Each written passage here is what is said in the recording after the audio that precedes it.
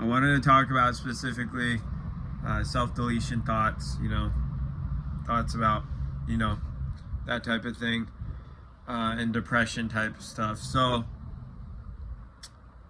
it is extremely difficult for me to deal with those thoughts. Like, those thoughts are some of the hardest things to deal with, but just encourage you to keep going. Seriously,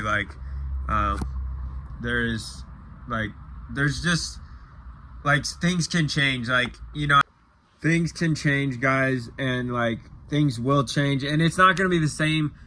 When you're at the bottom, things can go up, you know what I mean? And when you're at a high, obviously things go up and down. I just encourage you to keep fighting and just keep going, because it's temporary. It truly is. And there is hope in Jesus, and Jesus, just cry out to him with that